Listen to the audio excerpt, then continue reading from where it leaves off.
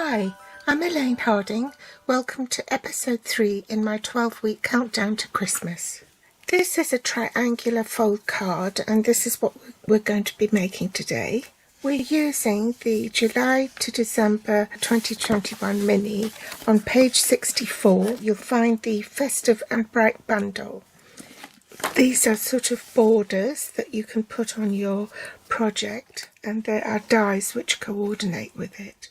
Each border has its own set of dies. So for instance, the Witches one is numbered 1A and B. For the Christmas one, that's labelled 2A and B. And for the spring or fall one, that's 3A and B. So we'll be using this stamp set and the dies.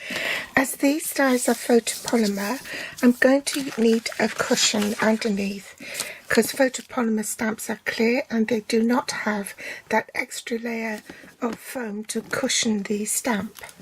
So we need some scrap piece of basic white. We're using the designer series paper from the Tidings of Christmas DSP pack. There are 48 sheets in a pack and 6 double-sided designs, 8 each of each design. I've chosen this piece to use, and that's been cut at 4 inches by 5 3/4 inches. For the metric card, this will be smaller, and that will be cut at 10 centimeters by 14 centimeters. The card base is cut at 4 1/8 in cherry cobbler by 11 3/4 and scored at 5 7/8. In metric, the card will be 10.5 centimeters by 29 centimeters, and on the long side, score at 14.5. You also want a piece of basic white cardstock, the same size as your card front. For the Imperial one, this will be cut at 4 1/8 by 5 7/8, and I've cut it diagonally from the top left corner down to the bottom right corner so that it will fit on the card like so. For the metric one, this will be smaller. It will be 10.5 by 14.5 centimeters. You also need the star-crossed embossing folder. This has got stars on one side and squares on the other. You'll also need some scraps of cherry cobbler cardstock to die cut the matte layer for this garland and also the label. Evening Evergreen ink and Versamark ink. To colour the lights on the garland, I'm using a cherry cobbler combo, mango melody combo, balmy blue combo and soft succulent combo. Lastly, the holiday rhinestones, the basics embossing powder and a heat tool. First, I'm going to cut my cardstock from the top left corner down to the bottom right.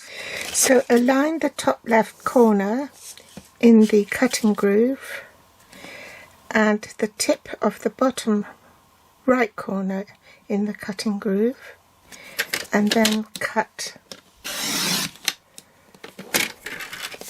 Next, glue your designer series paper into the card, leaving an even border at the top, side and bottom. Take the basic white cardstock with the right angle on the bottom, insert it into the star-crossed embossing folder. Only need platform 1 and 2 of the platform 3s, because this is a standard size embossing folder. So let's do that and run it through the machine. Now the reason why I cut it at the same size as the card front is because I cut it smaller. So for some reason the angle is different for the diagonal, so I prefer to cut it the same size and then trim off 1/8 of an inch afterwards. So I'm just doing it by eye. Turn it round so that the straight edge is at the top and take off another 1/8 of an inch. Adhere this to the card I'm going to stamp my border, put my cardstock in here, ink it up in Evening Evergreen.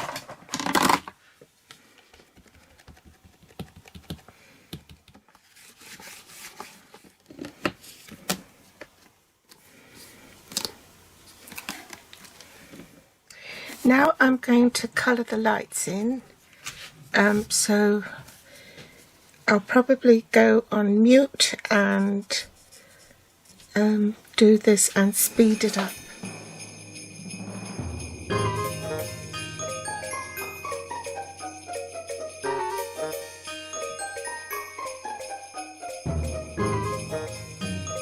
Now these dies come in pairs. One side cuts the left side and the other cuts the right side. So you need to find out which is which. Now I've tried to cut both at the same time and found that it's better if you do it one at a time rather than both. So I'll do that off camera. Still have to snip that off. And I want to create a matte layer, so I'm just going to offer this up to the other piece and take that away, run it through the machine again. And you find that you need to slip this off to release it. Now you can glue it on.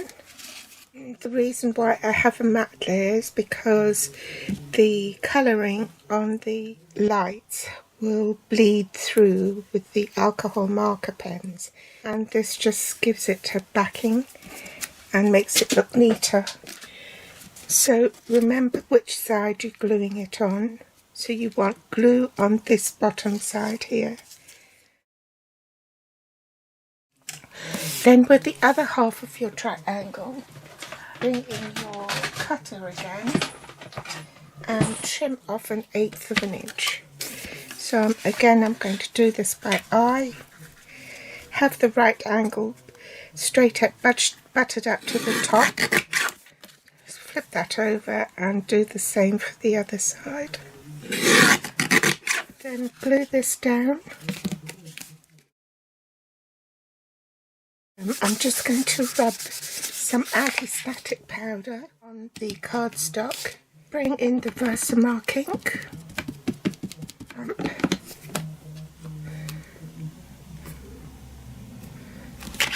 Sprinkle it with white embossing powder and heat emboss it. When you heat embossing, don't hold it too close to the cardstock or hold it for too long.